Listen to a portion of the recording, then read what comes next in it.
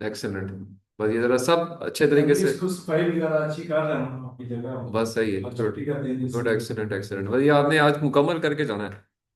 ठीक है, मेरी तरफ से आज का खाना मेरी तरफ से आपके लिए।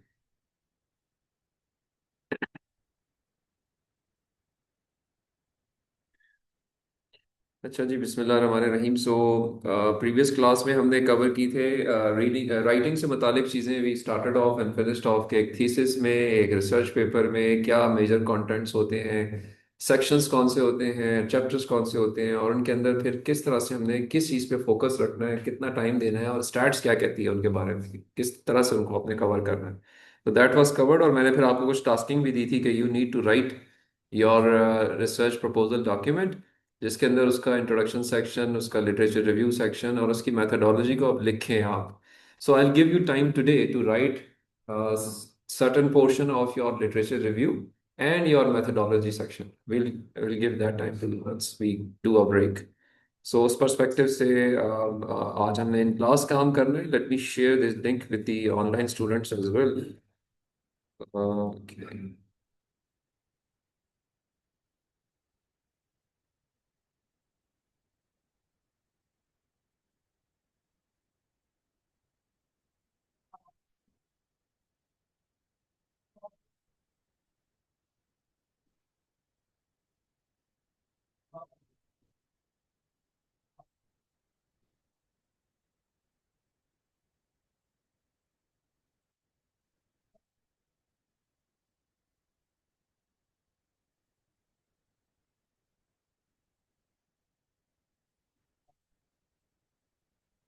Give me a minute.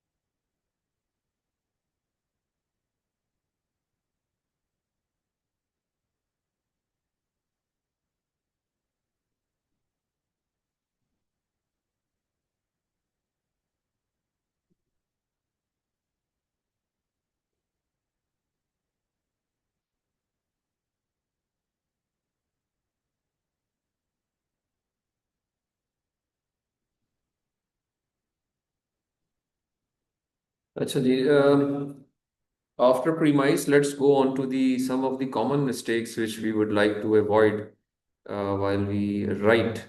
तो उस पर्सपेक्टिव से कुछ चीज़ें कवर करते हैं, कुछ इसमें की पॉइंट्स हैं जिनको मद्देनजर रखना चाहिए whenever we are going for writing. और उस पर्सपेक्टिव से I first show a slide. I would request कि इसको एक दफ़ा एक नज़र ज़रा गुजारें and try to understand what you are getting from this point. On the left hand side, in fact, I have written the sentences which we generally write while we write from our own side, and on the right hand side, the things which the person who is in fact the English speaker will understand out of it. So whenever you write, अभी आजकल all दो चीज़ें बड़ी आसान इस तरह से हो गई हैं कि जो लार्ज लैंग्वेज मॉडल्स हैं वो आपको टेक्निकल प्रोफेशनल लैंग्वेज में थोड़ा सा कंटेंट कन्वर्ट करके देते हैं। तो वो एक अच्छी बात है कि to avoid getting trapped into the language peculiarities in which a person who is not a native speaker will write those things which are not desired in a document. So I do recommend using the large language models, but it should be used with caution. You should always give specific prompt engineering words. Do your words, use your content, give your idea and try to refine it, or at least write yourself first and then try to get it refined by the large language model. That is okay, because then in that case it will not be shown in the plagiarism. But if you will ask a chat GPT or Claude or Grok to write from itself by just saying that इस पे एक paragraph लिख दें या इस पे एक section लिख दें, तो फिर वो सारा का सारा प्लेजरिज्म में चेक हो जाएगा। I will show that plagiarism report as well. But the better thing, or in fact the genuine thing, is that you write yourself. पहले अपनी जुबान में समझा दें आप उसको, और जब आपकी जुबान आपको अपनी आइडिया कन्वे कर दें, उसको रिफाइनमेंट की तरफ ले जाने के लिए you should use it. Something like this. So I would first request कि जरा 5 मिनट लगाइए, इसको जरा पढ़े, and then we'll discuss it again.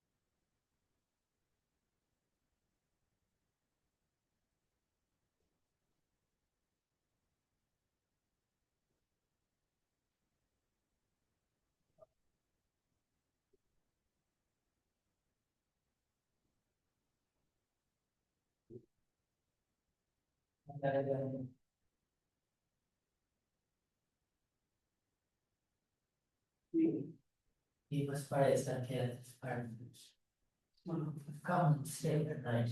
He will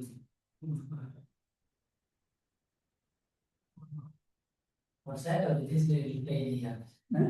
Motorcycle with the गाड़ी के पास नहीं साथ में गाड़ी पे ही था वो बस उसी को कर रहा था वो साथ से लगाया हुआ था 4 बजे गाड़ी से ना तो बस वहीं पे खड़ा था मैं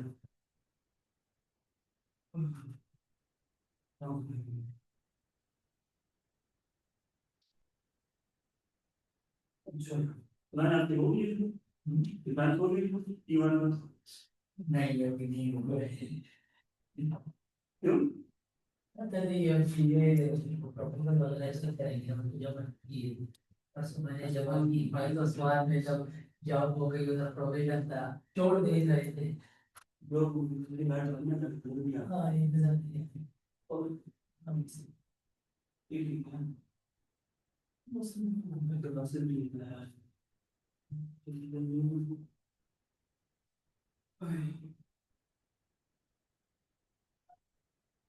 और वही भी ठीक आ रहे थे ना मैं जो क्लास ऑनलाइन देते हो वहाँ होते हैं मैं होते ऑनलाइन थी अभी मुझे का मैसेज कर मैंने आपको मैसेज कर तो मैं मैसेज नहीं कर नंबर मैं जरा भी देखता ही नहीं कि मैं रहा हूँ अभी मैं नाम मुझे बता दी हाँ ये क्या लिख रहे हैं अभी ये सर अकाउंट मिस्टेक है राइटिंग इस ये बस पढ़ दे सकते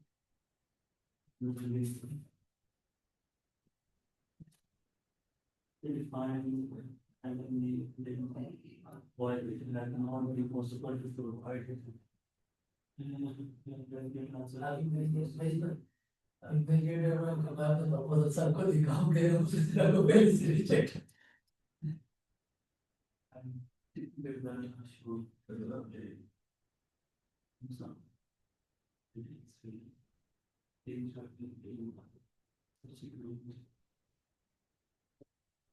or acute illnesses of pain.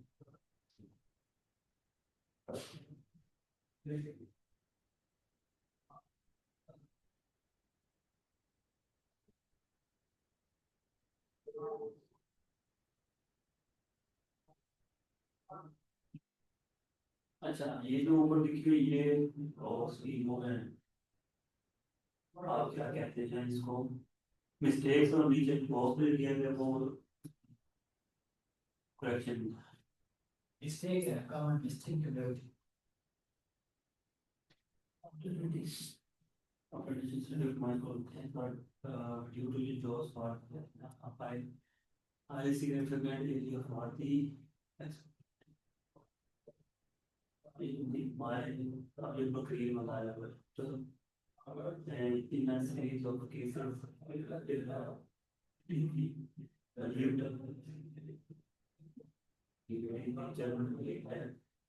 lived correct with an order of the magnitude according to statistical analysis. It is clear that much additional work is required for a complete understanding of how this occurs. A statistical project of these findings. How that this is stimulated further investigation in this field.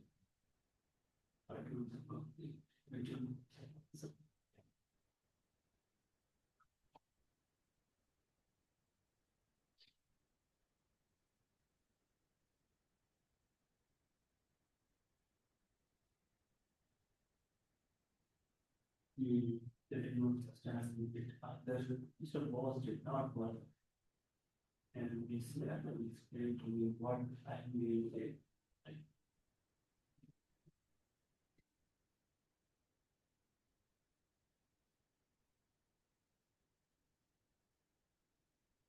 इधर जो presentation हो रहा थी वो stage one की थी या final थी? फाइनल थी कौन सी पिछली क्लास में कोई थी ना पिछली बार मैंने तब मैंने काम किया और high significant area of the exploratory study are totally useless topics selected by the committee.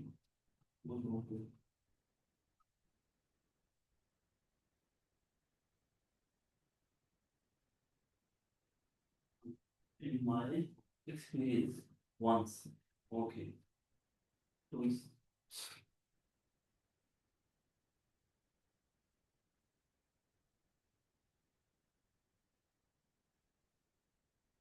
Believe that I think I should have done generally believe that a couple of the others think so too.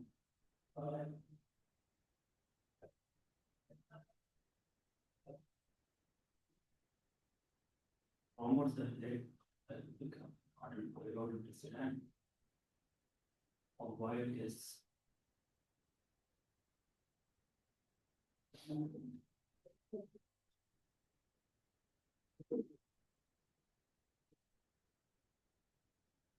तो इधर कर लो अभी बस take मार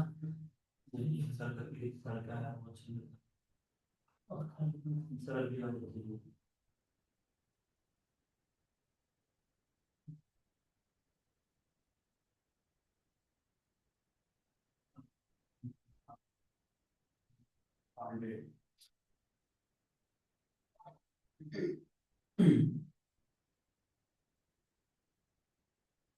That is okay that the value of water energy related of the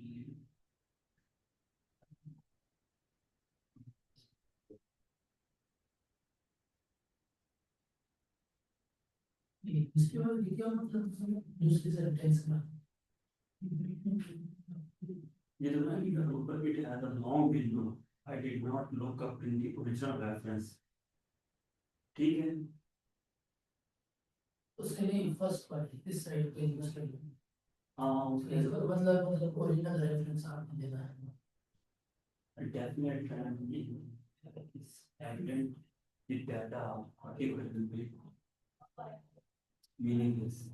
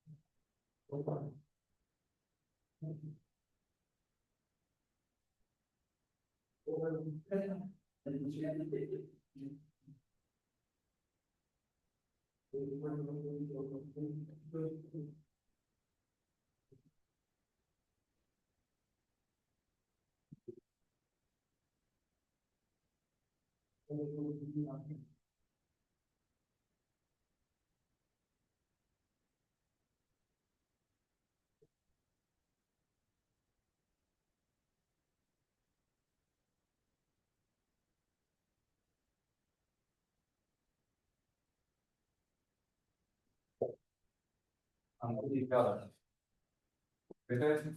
गर्म हुआ है या नहीं हुआ अभी? अच्छा जी, okay, so again start from the same point that we were discussing कि वंस वी राइट, क्योंकि हमने जिंदगी में ज़्यादा चीज़ें पढ़ी होती हैं फिक्शनल, तो लिखते हुए भी ना कुछ फिक्शनल कंटेंट आ जाता है। जुबान थोड़ी सी हमारी नॉन टेक्निकल या कहें नॉन एकेडमिक हो जाती है राइटिंग के वक्त। तो चूंकि अभी आप लोग राइटिंग स्टेज में आपने मुख्तलिफ चीज़ें लिखनी होंगी। पहला स्टेज जो है वो रिसर्च प्रपोजल होता है, फिर थीसिस लिखते हैं और उसके बाद फिर रिसर्च पेपर्स भी लिखते हैं। तो उसके अंदर एक खास टेक्निकल लैंग्वेज यूज करनी होती है। Means it should be very straight and to the point. ठीक है। बहुत बड़े बड़े प्रीमाइस दे के कहानियां बनाने की, चीजें के कॉम्प्लिकेट करने की जरूरत नहीं होती टेक्निकल राइटिंग के अंदर। तो ये थोड़ी सी कुछ एग्जांपल्स थी जो मैंने यहाँ कोट की। और मैंने साथ ही कहा कि अभी चीजें काफी आई वुड से कि इस तरह से पॉजिटिव रुझान है कि जो हमारा लार्ज लैंग्वेज मॉडल से कंटेंट क्रिएशन है, वो उसने एक नॉन इंग्लिश स्पीकर को और इंग्लिश स्पीकर को बराबर कर दिया। लेकिन अहम क्या चीज है कि उससे नहीं उगलवाना, बल्कि आपने उसको बताना है कि मैं ये चाहता हूँ, ये करके मुझे दो, फिर ये चाहता हूँ, ये करके दो। आपकी समझदारी बीच में शामिल हो, और फिर आप अपनी लैंग्वेज को पॉलिश करवाएं, लैंग्वेज में प्रोफेशनल टोन डालने के लिए यूज करें चैट जीपीटी को, क्लॉड को। Okay loud, this would have a positive impact on the output. ठीक है, तो वो इट्स ओके। ओके, जो इंपॉर्टेंट चीज़ है, कुछ चीज़ें ध्यान में रखनी लिखते हुए, ये है कि जब हम लिखते हैं तो हमने हमेशा थर्ड या पैसिव वॉइस में लिखना होता है। चैट जीपीटी आपको हर एक में लिख के दे सकता है as per the content, but again उसमें कुछ इस तरह के प्रॉम्प्ट इंजीनियरिंग वर्ड्स हैं जिसमें अब आप उसको मेंशन करें कि मुझे ऐसे चाहिए, तो फिर वो आपको उस तरीके से लिख के देगा। तो अंग्रेजी लिखते हुए जब भी हम एकेडमिक इंग्लिश लिखते हैं, we always write in the passive voice. ठीक है, preferably should be in passive voice. ये कुछ एग्जांपल्स उसकी हैं। फिर आप बिलावज एक इन्फॉर्मेशन या जो समझे कि बैकग्राउंड इन्फॉर्मेशन है वो अवॉइड करते हैं, कि मैंने ये किया, मैं वहां भागा, मैंने इस जगह से कुछ ढूंढा। इस तरह की चीजें लिखते हुए इस्तेमाल नहीं की जाती हैं। ठीक है। एंड सिमिलरली जब आप नंबर्स देना शुरू करते हैं तो हमेशा जो नंबर 10 से छोटे होते हैं उनको आप स्पेल करके लिखते हैं। यानी digit 5 should be written as FIVE।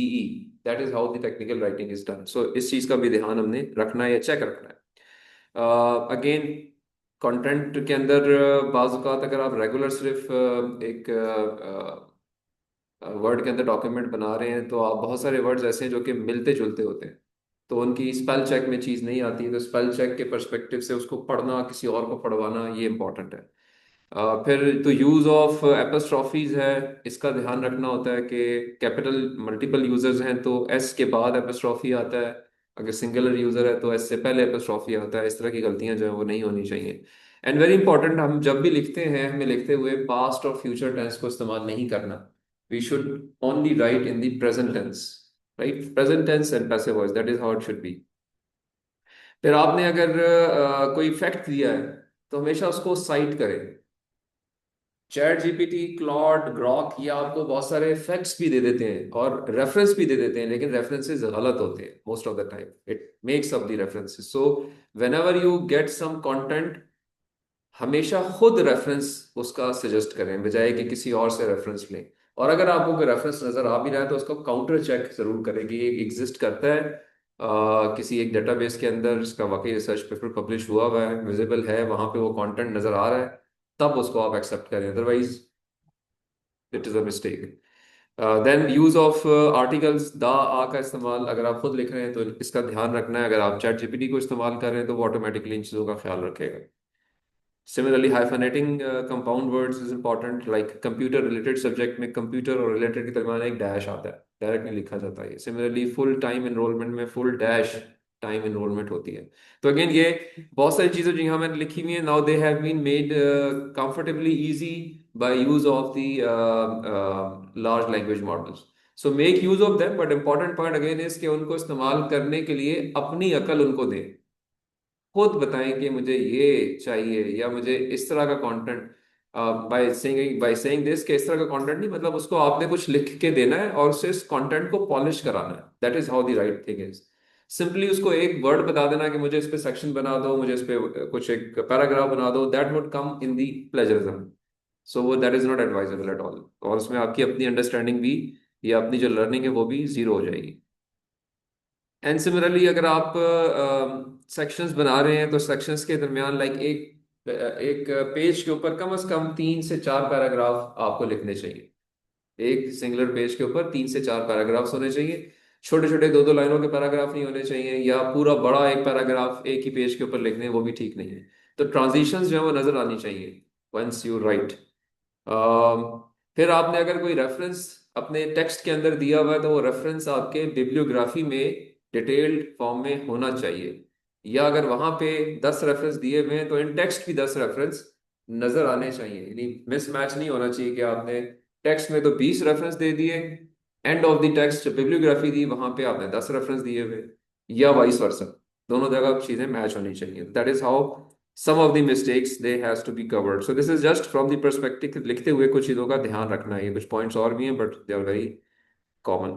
Okay, अब एक और जो फैक्ट देखा जाता है कि जब आप अपना काम कंप्लीट कर लेते हैं तो you should submit it to, like if I talk of the research paper, and it is applicable to anything, to thesis, research proposal as well, because it's ethical standard in worldwide that whenever you write something you have to submit it to a one place, never submit to multiple places.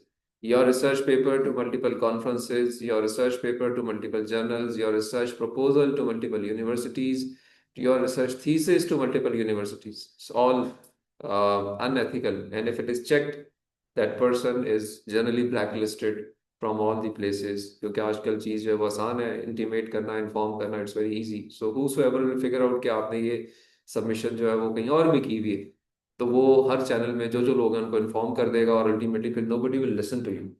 So be very cautious of that. ठीक।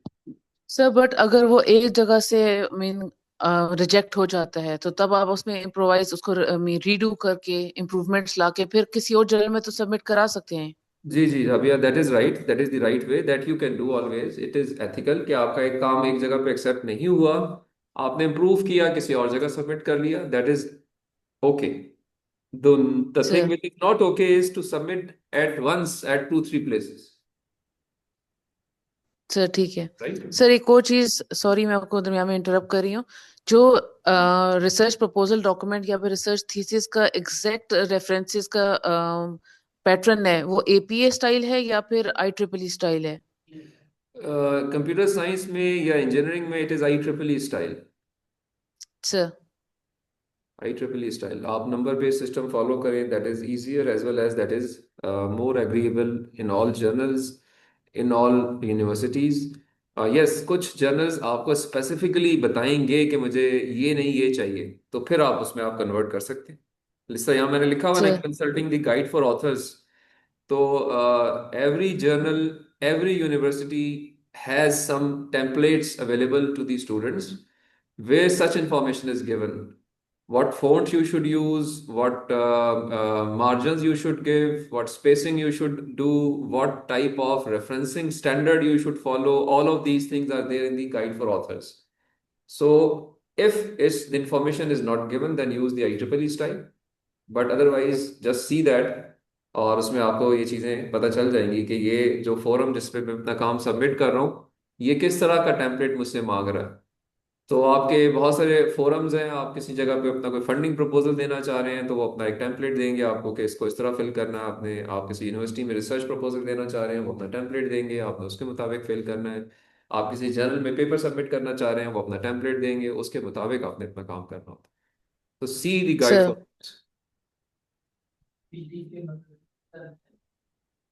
Send कर हाँ वो हमें template देगा या नहीं, वो नहीं देगा। अगर आप किसी प्रोफेसर को भेज रहे हैं तो प्रोफेसर जो है वो तो आपको आपसे सिर्फ आपका आपका काम पूछ रहा होगा, तो प्रेफरेबली वहां पे इंजीनियरिंग और कंप्यूटर साइंस के स्टूडेंट्स को IEEE स्टाइल फॉलो करना चाहिए। ठीक है, लेकिन ये कि वो अगेन कोई इतना उस पर कोई फर्क नहीं पड़ता। चाहे आप एक API स्टाइल फॉलो करें, चाहे आप हार्वर्ड स्टाइल फॉलो करें, किसी एक पे कंसिस्टेंट रहें आप, अगर आपको किसी ने कुछ नहीं बताया तो, क्योंकि every style is acceptable, but you should remain consistent.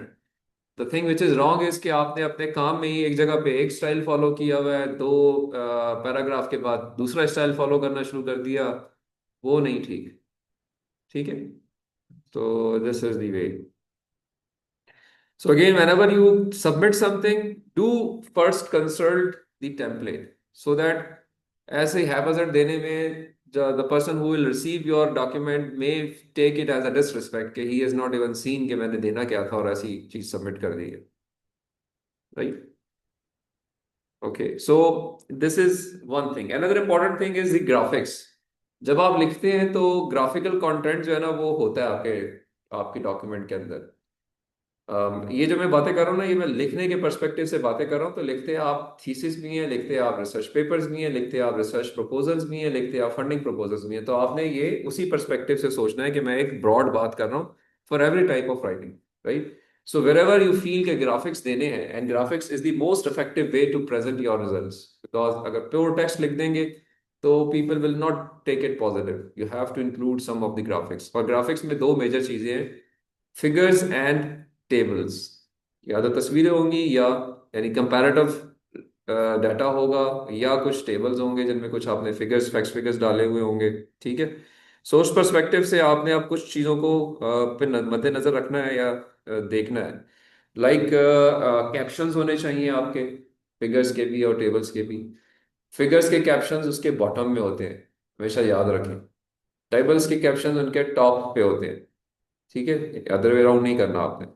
And they should stand alone, ये ना हो कि जी कैप्शन पढ़ के पता ही ना चले कि यार ये क्या लिखा हुआ है। Caption should be self sufficient to convey what is given in that picture, what is given in that table. ये नहीं कि मैं पहले पूरा रिसर्च पेपर पढूं और फिर मुझे पता चले कि यार ये फिगर क्या है, ये फिगर इसने टाइटल दिया है, ये क्या चीज है। फिगर के टाइटल को सेल्फ सेल्फ कंप्लीट होना चाहिए, ये सोच समझ के आपने देना।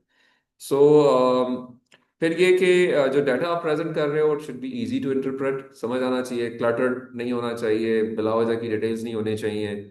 और कलर्स को अवॉइड किया जाता है लिटरेरी एकेडमिक सेंस के अंदर, right? It should be more of black and white in nature, और use some legends.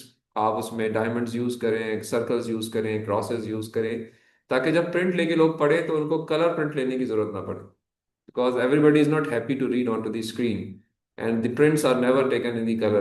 So if you have used color to distinguish or say differentiate certain things, so it would be difficult for the reader to understand that if it is there. So बेहतर ये है कि आपने colour को avoid करना है। और ये वो भी सेंटर पर पढ़ते हैं, उसमें तो सारे कलर, कोई ब्लैक एंड व्हाइट में नहीं होता कुछ। अगेन मैंने कहा ना कि अवॉइड जहां तक अवॉइड हो सकता है अवॉइड करेंगे। यस, अगर कोई अनअवॉइडेबल चीज है तो that is okay, one can always use it, but I I am sure बहुत जगहों पे अवॉइड हो सकता है। ठीक है, अभी लेटली लोग इसको जरा पैटर्न को शायद फॉलो नहीं करते कुछ जो लोग हैं, बट ये कि अगेन मैं कहूँगा कि शायद आपने पेपर, चूंकि आपका भी आपने पढ़ा ही कम है ना पेपर अभी, तो आपने आप ये नहीं कह सकते कि मैंने दुनिया के सारे पेपर्स पढ़ लिए। तो अगर आप परसेंटेजेस निकालोगे ना, तो विल फाइंड आउट के more of the people they use less colours. ठीक है, मे बी आप क्योंकि खुद आपको कलर्स पसंद है तो आपने कलर वाले पेपर ही पढ़े होंगे निकाल निकाल के, आपने वो शायद छोड़ सोचा ही ना हो, देखे ही ना हो जिनमें कलर नहीं है। लेकिन एक जो मेच्योर्ड ऑडियंस है, they don't prefer the colours, whenever there are colour they feel कि यार इसने कलर के अंदर मेन कंटेंट को छुपाने की कोशिश की है, राइट? मेच्योरिटी सजेस्ट के you have given consideration to your content. Whereas if there are more colors, whenever there are colors, even in your presentation, that means इसका एक simple सा understanding होती है कि यार this person is trying to hide behind the colors, right? सो उस perspective से जहन में रखें। ऑल्दो मैं ये नहीं करूँगा नहीं करना, हाँ जरूरी है तो जरूर करें, बट जरूरी है का लफ्ज जहन में रखें, बिलावजा नहीं कलर यूज करें। अगेन जो हमारे पास टेबल्स होते हैं, हम टेबल्स बनाए तो ये सोच समझ के बनाएं कि टेबल की इंफॉर्मेशन को अगर मैं सिर्फ एक सेंटेंस में लिख सकता हूँ, then that table is not required. Like ये पूरा टेबल एक बना हुआ है एग्जांपल के तौर पे, but it's just one sentence which defines the whole table. So whenever if there is a requirement, then make tables, then make figures। ये भी नहीं कि जबरदस्ती की फिगर्स और टेबल्स डाल दें हम, ये भी एक मद्देनजर चीज सर रखें। जी। सर सॉरी आपको दोबारा इंटरप्ट कर रही हूँ सर। ग्राफ्स बनाएंगे तो उनमें भी हम कलर्स यूज कर सकते हैं। फॉर एग्जांपल अगर हमको लाइन ग्राफ बना रहे हैं तो उनको फिर हम डिफरेंशिएट कैसे करेंगे? फिर हम ग्राफ्स के अंदर के पॉइंट्स की जगह कोई सिंबल भी साथ साथ यूज करें? नहीं, मैं आपको इस तरह से कह रहा था कि देखिए अभी मैं आपके सवाल का जवाब ये है कि कलर्स पे अगेन मेरा जवाब यही था कि जहां पे अवॉइड हो सकता है अवॉइड करें, क्योंकि ग्राफ्स के अंदर भी कलर्स अवॉइड हो सकते हैं। और मैंने उसके लिए आपको एग्जांपल अभी एक देनी है, आप लेजेंड्स इस्तेमाल कर सकते हैं। मैं आता हूँ आपके सवाल पे दोबारा, पहले जरा इसको देख लीजिए कि आप ग्राफिक्स में आपके पास ऑप्शन अगर है कि फिगर भी बन सकती है और टेबल भी बन सकती है। इंफॉर्मेशन सर को आप टेबल फॉर्म में भी डाल सकते हैं और फिगर की फॉर्म में भी डाल सकते हैं। तो the better way is to always make table, because table is direct and clear. Figures are again they may involve colours, so colour भी अवॉइड हो जाते हैं और उसमें आपको समझने में मुश्किल होती है। लाइक ये एक एग्जांपल है, इसको ज़्यादा आसान है समझना अगर मैं इसको टेबल की फॉर्म में प्लॉट करता, इंस्टेड कि मैंने कलर फॉर्म में इसको कलर कोडिंग के साथ ड्रॉ करने की कोशिश की है। तो one must give it a thinking कि मैं जो डाटा प्रेजेंट कर रहा हूँ क्या वो डाटा टेबल में जा सकता है। अगर जा सकता है तो टेबल बनाए, अगर नहीं जा सकता तो फिर फिगर बनाए। ठीक है, और फिर फिगर अगेन किस तरह से अवॉइड करनी है। लाइक ये मैंने कहा कि देखिए आपके पास फिगर है, यहाँ पे मैंने कोई कलर यूज नहीं किया, दिस इज ऑल लेजेंड्स। तीन डिफरेंट या चार डिफरेंट डाटास को प्लॉट किया है, but with the help of the legends I have used squares, triangles, diamond and circle to represent four different contours। तो दिस इज द वे। मैं इसको colour में भी प्लॉट कर सकता था कि जी एक रेड कलर की लाइन होती है, एक ब्लू कलर की होती है, एक येलो की होती है, एक ब्लैक की होती, बट मैंने अवॉइड किया उसको। तो दिस इज द वे, क्या कलर अवॉइड करने का तरीका है। So go for that, this gives more professional look, this type of curves they give more professional look than the colours, right. So again इसमें भी इश्यूज हैं और there are issues in this, it's not a very good graphic, it can be improved. It has again इसमें legends को ठीक तरीके से define नहीं किया हुआ, डाटा बहुत ज्यादा है, ट्रेंड लाइन कोई नजर नहीं आ रही। ठीक है, so I could go for a better representation. This is the previous graph redrawn, but it is little better। Like legends को मैंने डिटेल में डिफाइन किया है, बट अगेन इसमें डाटा बहुत ज्यादा है और ट्रेंड लाइन अभी भी नहीं है। तो better way is to divide your graphs into multiple graphs, again use the legends, define them well, and do use the trend lines as well। give the x y parameters के x की जो scaling है वो भी ठीक हो, y axis की scaling भी ठीक हो, कोई z स्केल है उसकी स्केलिंग भी ठीक हो, और जो उनमें उनके लेबल हैं एक्स एक्स के ऊपर वाई लेबल वो भी प्रॉपरली डिफाइंड हो। तो the figure should be well defined and again with least amount of colours. Again अगर कलर्स अवॉइड नहीं हो सकते तो ठीक है, बट कोशिश तो की जा सकती है, एंड ये it's in your hands, you can do it. So my point again is कि ग्राफिक्स होनी चाहिए, बट ग्राफिक्स के अंदर कुछ रूल कोशिश करके फॉलो होने चाहिए। राबिया, आपके सवाल का जवाब आपको शायद मिल गया जो आप पूछना चाह रही थी। जी सर, इस ग्राफ से समझ आ गया मुझे। तो again so this is the thing which you should keep in mind. So again here legend is clear, data जो है वो अच्छा ऑर्गेनाइज हुआ हुआ है, ट्रेंड लाइंस भी प्रेजेंट हैं, so it is good to go with this type of thing. Statistics, again आप मैथमेटिक्स भी बहुत सारी लिखते हैं अपने डॉक्यूमेंट के अंदर, सो मैथमेटिक्स के लिए हमेशा इक्वेशन एडिटर यूज करें। आपकी ओवरलीफ के अंदर भी इक्वेशन एडिटर है, हाथ से टाइप करते हुए नहीं लिखना कि x इक्वल्स टू 2y+6b और उसका स्क्वायर का फंक्शन यहाँ आपने उस पर ढूंढ रहे हो, नहीं। इक्वेशन एडिटर, हर एक वर्ड एडिटर में एक इक्वेशन एडिटर होता है, make use of it because that will add the professional look to your document. तो पीडीएफ जब बने तो इक्वेशन पे इक्वेशन नजर आना चाहिए, टेक्स्ट नजर नहीं आना चाहिए। मेरी बात समझ आ रही है?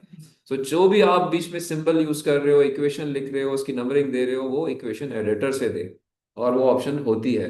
डिस्क्रिप्टर कौन सा है मैट्रिक्स के लिए? बस तो हम वर्ड्स में भी उसको मैं हर एक देखो, आपने पहले तो अपना एडिटर खुद डिसाइड करना ना कि आप वर्ड में करोगे काम तो वर्ड के अंदर 1365 इज द लेटेस्ट वर्जन, और उसके अंदर इसका इक्वेशन एडिटर है, एम्बेड है, आप उसको इस्तेमाल करें।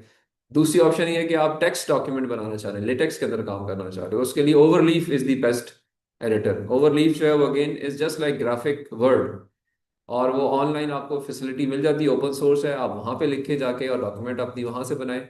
ये तो शायद मैं क्लास में बात कर चुका हूँ ऑलरेडी, कि आपके पास वर्ड से पीडीएफ बनानी है या आपने ओवरलीफ से पीडीएफ बनानी है। तो again it is a practice which you need to do, decide among yourself कि आप किस पे काम करना चाह रहे हो। Preferably it's good to go on to the Overleaf, right, but again Word 365 भी काफी एडवांस कर दिया है उन्होंने, तो अगर उस पर आप काम करना चाहते हो तो दैट इज गुड, अगेन अपनी कंफर्ट देखते हुए करें, इसमें कोई ऐसा हार्ड एंड फास्ट रूल नहीं है, but use equation editor where it is required. फिर एक बड़ा इंपॉर्टेंट प्रिंसिपल है, जब आप लिखते हैं तो लिखने के लिए जहन में रखें कि तीन रूल्स, तीन चीजों को फॉलो करना है, इसको हम 3C प्रिंसिपल या C³ प्रिंसिपल कहते हैं। नंबर वन, क्लैरिटी होनी चाहिए, क्लियर बात करनी है जब भी करनी है, एम्बिगुअस बात नहीं होनी चाहिए, घुमा फिरा के इधर उधर की मार मूर के और फिर उसके बाद नहीं। हमेशा याद रखो, जब भी बात करो क्लियर बात करो, कंसाइज, कम लफ्जों में बात करो। एक चीज अगर एक लाइन में बयान की जा सकती है तो उसके लिए 2 सफ़े लिखने की जरूरत नहीं होती। तो be clear and concise, and third thing, correctness, ठीक बात करें, बातें बनाए ना, अपनी तरफ से क्रिएट ना करें जो ठीक नहीं है, जिसकी